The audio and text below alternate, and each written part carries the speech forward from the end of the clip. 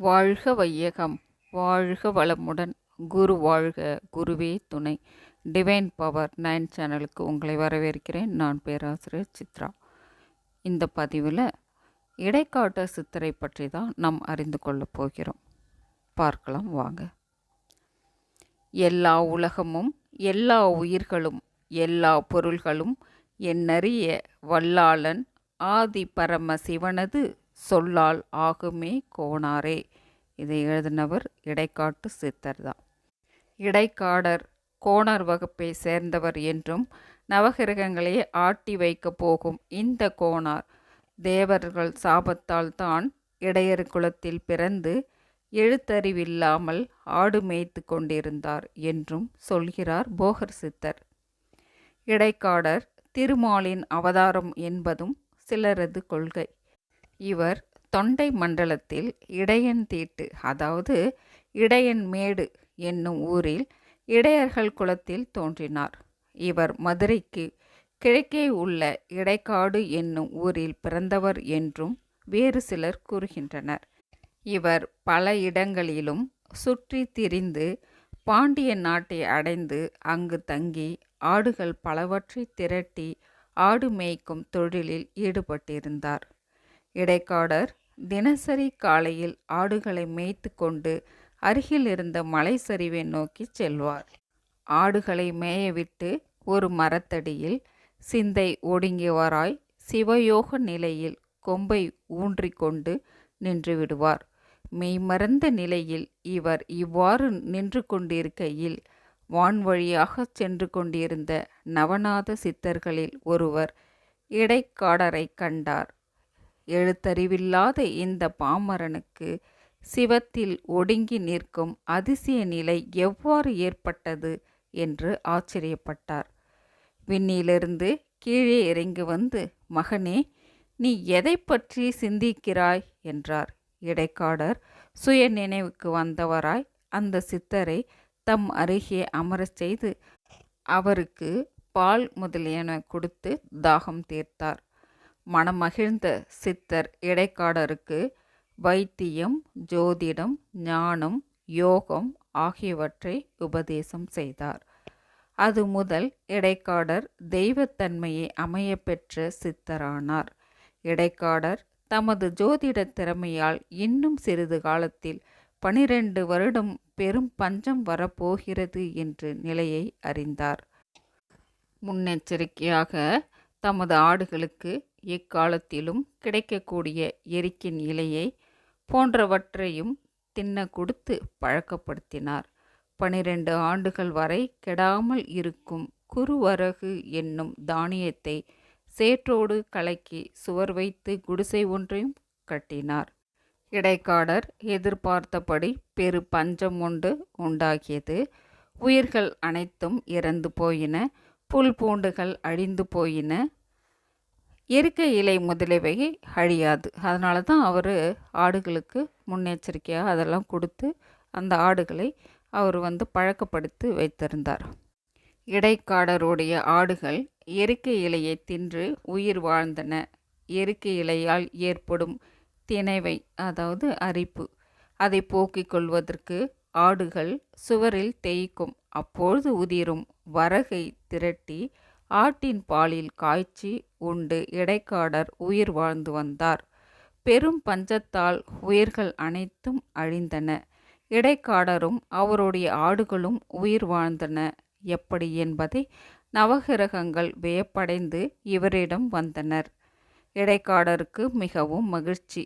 விண்ணுலக வாசிகளான நீங்கள் என் குடிசைக்கு வந்துவிட்டீர்களே, முதலில் கொஞ்சம் பாலை பருகுங்கள் என்று ஆட்டுப்பாலையும் சிறிது வரகு சாதத்தையும் அவர்களுக்கு வழங்கினார்.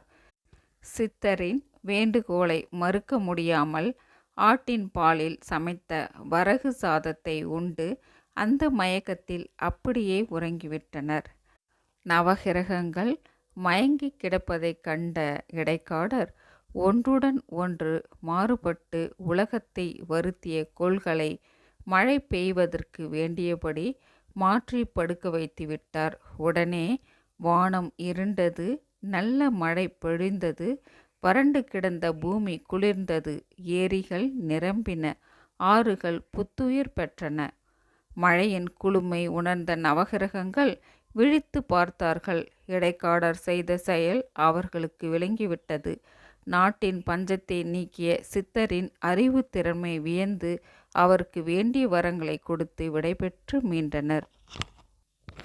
இவர் நெடுங்காலம் உலகில் வாழ்ந்திருந்தார்.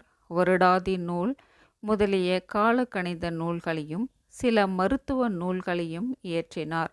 இவரது தத்துவ பாடல்கள் இடைக்காட்டு சித்த பாடல்கள் என்னும் 14 சித்தர் ஞானக்கோவையும் காணப்படுகின்றன. அறிவினால் செருக்கடைந்திருந்த சங்க புலவர்களான ஏக சந்த கிராகி, துவிகந்த கிராகி என்பவர்கள் புலவர் பல கொண்டு வந்த நூல்களையெல்லாம் பழைய கருத்துடையவன என்று புறக்கணித்து வரும்போது இவர் ஊசி முறி சங்கப்பாட்டு என்னும் நூலை இயற்றி அவர்களின் செருக்கை அடக்கியதாக கூறப்படுகிறது. இடைக்காடர் குலசேகர பாண்டியன் காலத்தவர் என்றும் இவர் கபிலருடன் சேர்ந்து அரசனை காண வர அரசன் இவரது எளிய தோற்றத்தைக் கண்டு மதிக்காமல் இருந்தார். இடைக்காடர் வருத்தமுடன் அவையை விட்டு நீங்க அவரை தொடர்ந்து மதுரை கடவுளும் கபிலர் முதலான புலவர்களும் உடன் நீங்க பாண்டியன் தன் தவறை உணர்ந்து இடைக்காடரிடம் மன்னிப்பு கோரி அழைத்து வர மற்ற புலவர்களும் அரசவைக்கு திரும்பி வந்தனர். இவரிடம் சித்தர் சிலர் வந்து விஷ்ணுவின் தசாவதாரத்தில் வணங்கத்தக்கவை எவை என்று கேட்க இடைக்காடரோ ஏழை, இடையன், இளிச்சிவாயன் என்று கூறிவிட்டு போனார். சித்தர்கள் சிந்தித்தார்கள். ஏழை என்றால் சக்கரவர்த்தியின் திருமகனாக பிறந்தும் ஏழை போல் வாழ்ந்த ராம அவதாரம் என்றும், இடையன் என்றால் கிருஷ்ண அவதாரம் என்றும், இளிச்சவாயன் என்றால் நரசிம்ம அவதாரம் என்பதை உணர்ந்து இடைக்காடருடைய நுண்ணறிவு திறனை வியந்து போற்றினர். கடுகை துளைத்து ஏழ்கடலை புகட்டி குறுகத் தரித்த குரல் எனும் சாற்றுக்கவி எழுதி கொடுத்தமையால் இவரது பாடல் வரி அகநானூறு, புறநானூறு, நற்றிணை, குறுந்தொகை ஆகிய சங்க இலக்கியங்களில் காணப்படுதலாலும் இவர் சங்க காலத்தவர் என்றும் கூறுவர். ஆனால் இடைக்காட்டு சித்தர் என்பவர் வேறு, புலவர் இடைக்காடனார் என்பவர் வேறு என்று தமிழ் ஆய்வாளர்கள் கூறுகின்றனர். அவர்கள் கூற்றுக்கு ஆதாரமாக இடைக்காடரின் ஞானசூத்திரம் 70 எனும் நூலின் காப்பு செய்யலை காட்டுவர். காப்பு முதல் காட்சி ஒன்று கடையில் நின்று கடைசரக்கை கண்டு கொள்காப்பிற்கு பாடி, காப்பு முதற் சேர்த்து நடுவில் நின்று கணபதி தாளிரு சரணங்காப்பாம் என்று காப்பு முதல் மூலர் கோரக்கநாதர் கமலமுனி போகரிஷி பதங்காப்பு.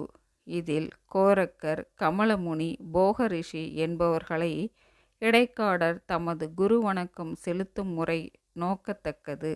இடைக்காடரின் ஞானசூத்திரம் 70 மட்டுமே இடைக்காட்டு சித்தர் இயற்றிய பாடல் என்றும் ஆய்வாளர்கள் உறுதியாக கூறுகின்றனர். இடைக்காடருக்கு ஞான உபதேசித்தவர் போக முனிவர் என்றும், போகர் சமாதிக்குள் போகும் முன் புலிப்பாணியை பழனியிலும் இடைக்காடரை திருவண்ணாமலையிலும் இருந்து இறைப்பணி செய்து வருமாறு கட்டளையிட்டதாகவும் கூறப்படுகிறது. இச்செய்தியை ஆதாரமாக திருவண்ணாமலையில் உள்ள இடைக்காடர் சமாதியும் காட்டுவார். ஆனால் போகர் ஜனன சாகரத்தில் சமாதியில் வீற்றிருப்பதாகவும் கூறப்படுகின்றன. மேலும் நம் அனைவரும் இடைக்காடர் சித்தரின் ஆசீர்வாதம் பெற்று வாழ்வில் எல்லா வளமும் நலமும் பெறுவோமாக. நன்றி. வாழ்க வளமுடன்.